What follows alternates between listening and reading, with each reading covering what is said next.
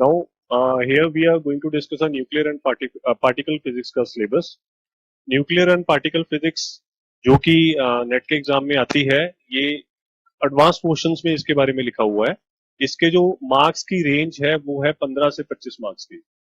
कहने का मतलब हम इसको मेजर सब्जेक्ट भी नहीं कह सकते हैं, लेकिन इसको हम निग्लेक्ट भी नहीं कर सकते हैं, क्योंकि ये जो 15 से 25 मार्क्स होते हैं इसको हम बहुत इजीली डील कर सकते हैं. अगर कुछ बातें सारे के सारे मार्क्स आना, किसी में से कोई बोले कि 25 नंबर का और 25 के 25 से सॉल्व हो जाए, that is a very tough task, कोई भी नहीं कर पाएगा.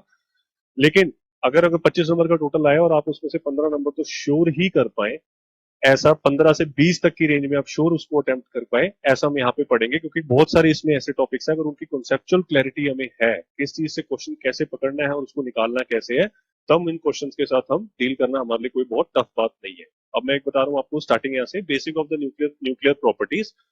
न्यूक्लियर और पार्टिकल फिजिक्स है तो ऑब्वियसली हमें न्यूक्लियस की पढ़ाई करनी है. और सबसे पहले जब न्यूक्लियस की हम किसी चीज की भी पढ़ाई करते हैं तो उसकी हम प्रॉपर्टीज के बारे में जानकारी इकट्ठा करते हैं.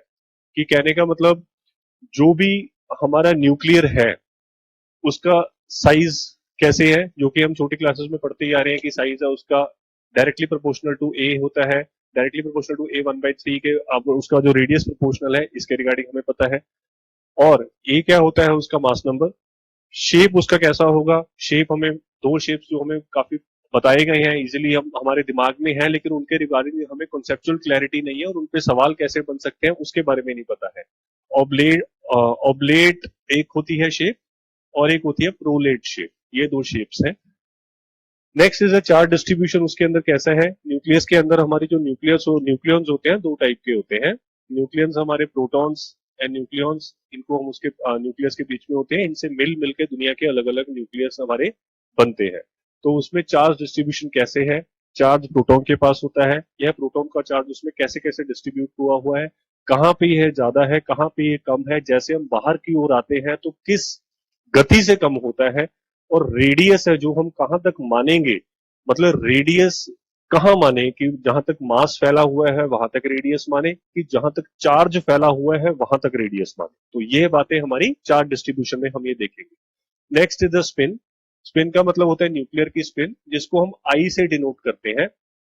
इसके अंदर न्यूक्लियॉन्स जो है, न्यूक्लियॉन्स हमारे भाई कौन कौन से हैं जी, यहाँ पे न्यूट्रॉन और हमारे प्रोटॉन है. इसके न्यूट्रॉन की एक अलग अपनी स्पिन है, मतलब अपनी एक्सिस पे घूमने वाली स्पिन है. और एक इसकी है जो एंगुलर, जब भी ये ऑर्बिट्स में मूव करता है. अब हमने न्यूक्लियस के ऑर्बिट सुना, थोड़ा सा अटपटा लगता है क्योंकि एटॉमिक के ऑर्बिट्स हमने बहुत कॉमनली पढ़े हैं. तो न्यूक्लियस के अंदर भी हमारे ऑर्बिट्स होते हैं, वो हम शेल मॉडल में पढ़ते हैं. वो जो ऑर्बिट्स है उसका जो सेंटर होता है, क्योंकि न्यूक्लियस के सेंटर का सेंटर वहां तो कुछ होता नहीं है. एटॉम में तो हमें पता है कि एटम के सेंटर में न्यूक्लियस पड़ा होता है, लेकिन न्यूक्लियस के सेंटर के, न्यूक्लियस अपने आप में एक सेंटर है और उसका भी सेंटर ढूंढना है हमें. तो वहां पे हम ये मानते हैं जहां पे भी न्यूक्लियस का हमारा सेंटर ऑफ मास होता है उसके इर्द गिर्द है जो हमारे जो न्यूक्लियॉन्स घूमते हैं, उसके कारण उसका एक एंगुलर मोमेंटम होता है. तो वो वाला एंगुलर एस या मैंने यहां लिख दिया, उसको मैं एल से लिख देता हूं, और वो न्यूट्रॉन के कारण है तो एल एन लिख देता हूं. जो पी है इसका हमारा एल पी लिख देते हैं, और इसका जो स्पिन है उसको मैं एस पी कर देता हूं. चलो, स्पिन का मतलब स्पिन और ऑर्बिटल एंगुलर मोमेंटम, इन सब चारों को मिला के हमारा न्यूक्लियस का स्पिन बनता है, जिसको हम बोलते हैं न्यूक्लियस का स्पिन. इन सारों को जब भी हमें जोड़ना है वेक्टोरली जोड़ना है, इनको सिंपल नहीं जोड़ना है, क्योंकि ये वेक्टर क्वांटिटीज होती है. ऊपर से एक बात हमें और पता है, ये हमारा सूडो वेक्टर होता है, जो भी एंगुलर मोमेंटम है that is a simple pseudo vector. तो इसमें जब इन चारों को हम जोड़ेंगे तो इन चारों को जोड़ने पे हमारा एक आई बनेगा. इस आई की भी एक दिशा होगी और इस आई का एक मैग्नीट्यूड होगा, उसको हम बोलते हैं न्यूक्लियस की स्पिन. इस न्यूक्लियस के स्पिन के आधार के ऊपर हम कई सारी न्यूक्लियस की प्रॉपर्टीज के बारे में पढ़ सकते हैं. वही वाली जो न्यूक्लियस की प्रॉपर्टीज जो स्पिन से कनेक्टेड है या स्पिन के द्वारा निकाली जा सकती है, उनके क्वेश्चन भी हमें करने. Next is binding energy. Binding energy का मतलब होता है न्यूक्लियस के अंदर एक बाउंड सिस्टम बना हुआ है, स्ट्रॉन्ग फोर्सेस के कारण है. ओवरऑल एनर्जी हमारी नेगेटिव होगी. कभी भी जब बाउंड सिस्टम होता है तो टोटल एनर्जी का नेगेटिव होना तय होता है. तो टोटल एनर्जी नेगेटिव है, तो वो जो टोटल एनर्जी आपस में न्यूक्लियॉन्स के साथ प्रोटॉन्स जुड़े हुए हैं उसके अंदर, वो जो आपस में जुड़े हुए न्यूक्लियॉन्स और प्रोटॉन्स को सबको तोड़ के अलग अलग करना है, तो जितनी एनर्जी उसको देनी पड़ेगी वो होती है उसकी बाइंडिंग एनर्जी। और जो वो बाइंडिंग एनर्जी है, अगर हम न्यूक्लियस की बता दें, वो तो नेगेटिव होती है, लेकिन उनको तोड़ने के लिए हमें एनर्जी सप्लाई करनी पड़ती है, वो पॉजिटिव होती है। तो बहुत कॉमन बात है। अच्छा, टोटल बाइंडिंग एनर्जी जो न्यूक्लियस की होती है वो हमारे लिए उतनी काम की नहीं है जितनी काम की हमारी बाइंडिंग एनर्जी पर न्यूक्लियन है। कहने का मतलब 10 न्यूक्लियन है, और मानो मैंने बोला कि 10 को जोड़ने के लिए अलग अलग, पहले तोड़ने के लिए हमें एनर्जी सप्लाई करनी पड़ी 50 न्यूटन, सॉरी 50 जूल देनी पड़ी। तो एक के हिस्से कितनी आई? 50/10, दैट इज कॉल्ड 5 जूल। वो होती है बाइंडिंग एनर्जी पर न्यूक्लियन, और actually binding energy per nucleon ही हमारे न्यूक्लियस की स्टेबिलिटी के बारे में हमें जानकारी देता है, and that is the important topic जो कि हम सिलेबस में डिटेल्ड वे में पढ़ेंगे। नेक्स्ट है न्यूक्लियर फोर्सेस।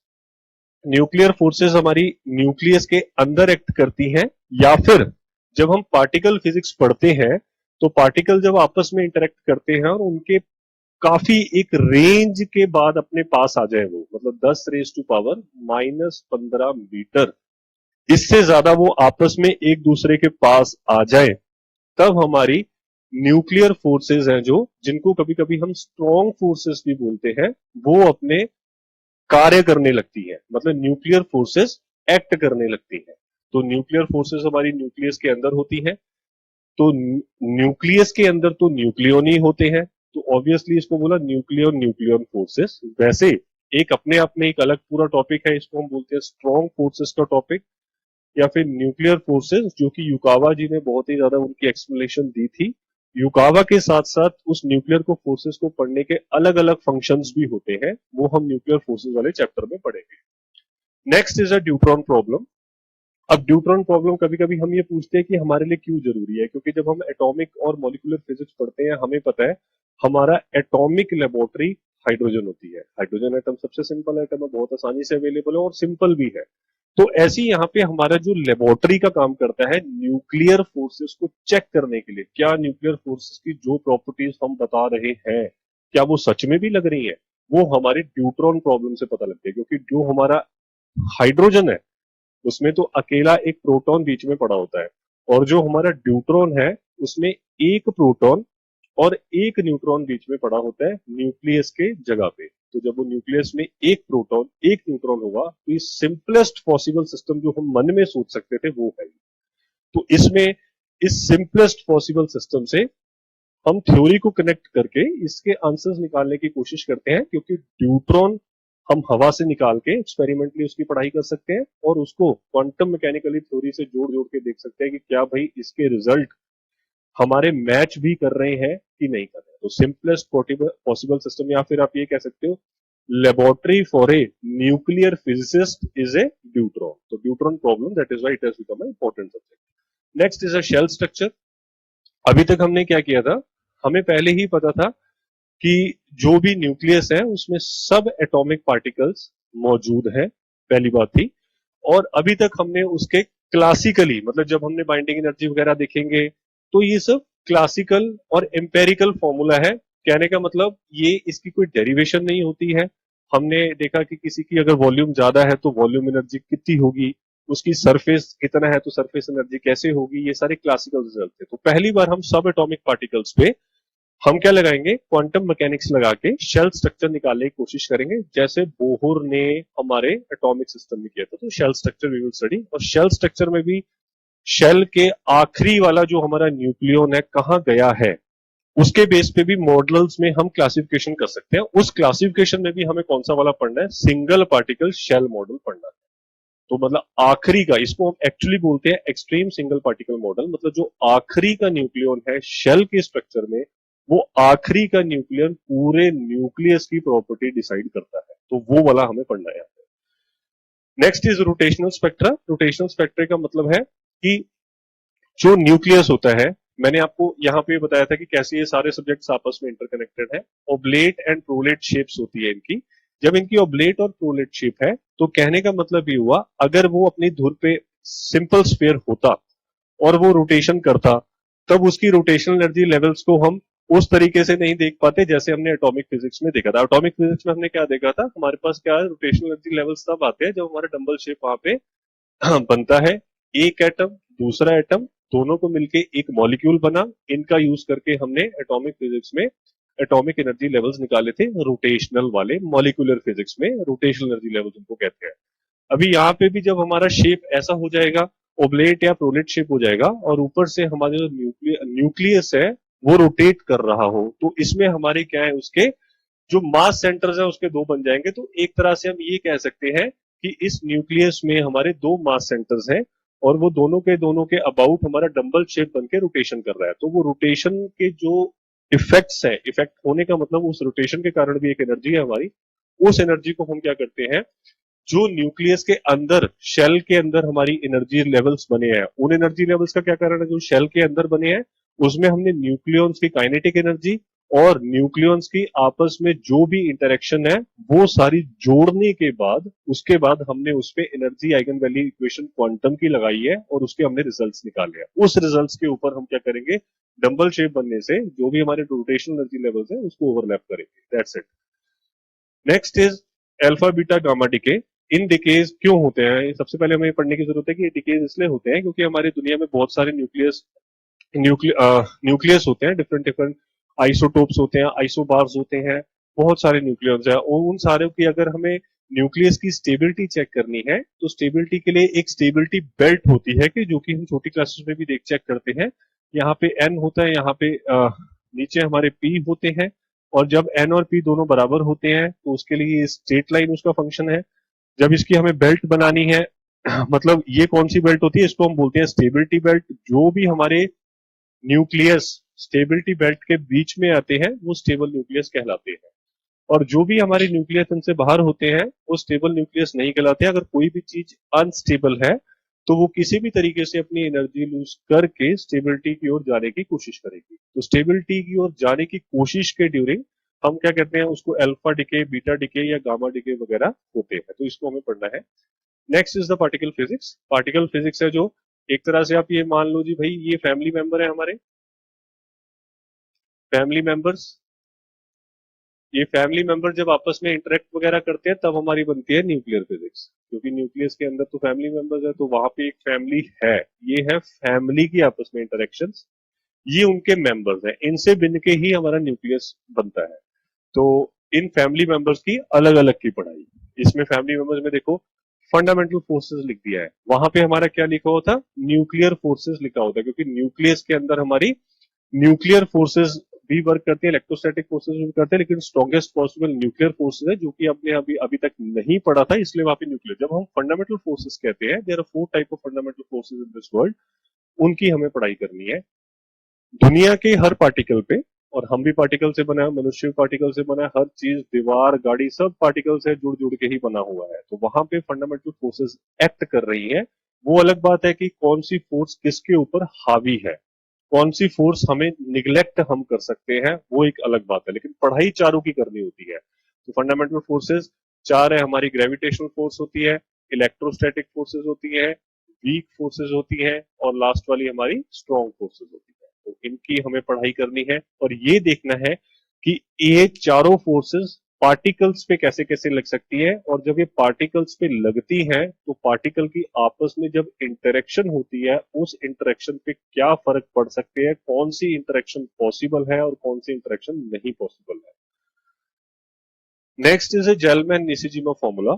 ये जेलमैन और निशिजिमा जी ने दिया था। इसके पहले आपको देखना पड़ेगा कि जब भी हमारे पार्टिकल फिजिक्स पढ़ते हैं, हर पार्टिकल के साथ बहुत सारे क्वांटम नंबर्स को हम कनेक्ट कर सकते हैं। जब भी हम पार्टिकल फिजिक्स पढ़ते हैं पहले पार्टिकल्स की क्लासिफिकेशन करते हैं।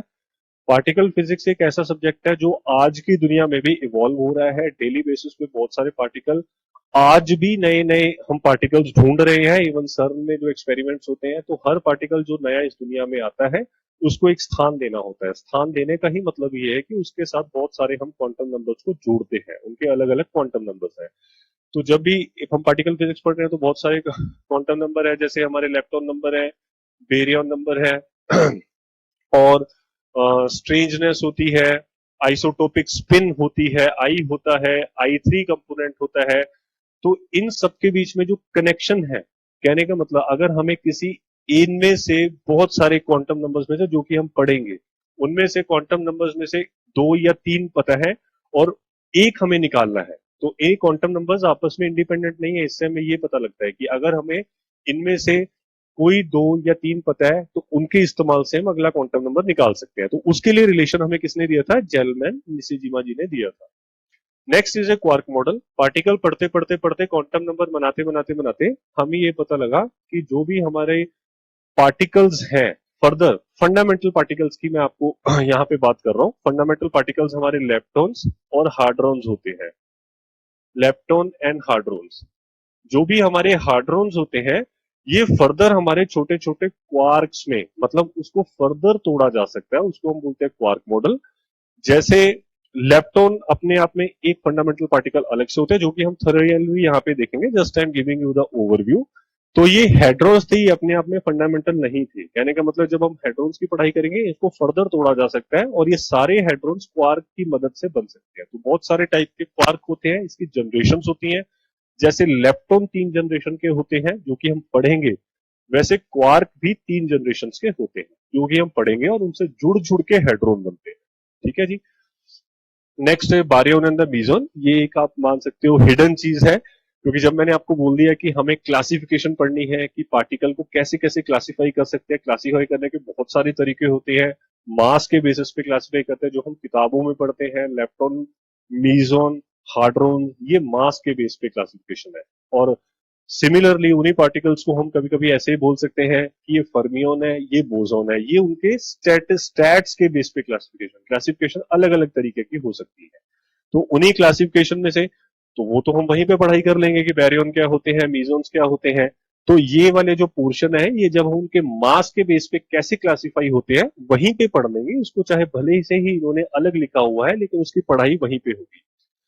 उसके बाद होता है जब जितनी भी इनकी पार्टिकल्स की आपस में इंटरेक्शंस है। पार्टिकल की इंटरेक्शन का मतलब ही होता है कि पार्टिकल एक दूसरे में टकराया या फिर एक पार्टिकल रुका हुआ था वो डिके हो गया। इस टाइप के ही सवाल हमें देखने हैं। तो टकरा के कुछ बन गया या पड़ा हुआ पार्टिकल डिके हो गया। तो ऐसे में जो नया पार्टिकल बनेगा या टकराने के बाद जो भी नई चीजें बनेगी तो उसके बारे में हमें जानकारी देखनी है कि क्या बन सकता है, क्योंकि जब बहुत ज्यादा पॉसिबिलिटीज अवेलेबल है तो इसके लिए हमें कंजर्वेशन लॉज पढ़ने होते हैं। वो कंजर्वेशन लॉज ये डिफरेंट डिफरेंट क्वांटम नंबर्स पे लगते हैं जो कि हम पार्टिकल फिजिक्स में पढ़ेंगे। उसमें जो कंजर्वेशन लॉज होते हैं वो भी 2 तरीके के होते हैं। जो पहले फंडामेंटल कंजर्वेशन लॉज होते हैं 8 होते हैं, उनके लिए हमें चेकिंग करनी पड़ती है जो कि हम डिटेल्ड वे में जो हम क्लासेस करेंगे उसमें पूरा देखेंगे। Then there is a parity non conservation. Parity non conservation ये पर्टिकुलर एक टॉपिक लिख दिया है।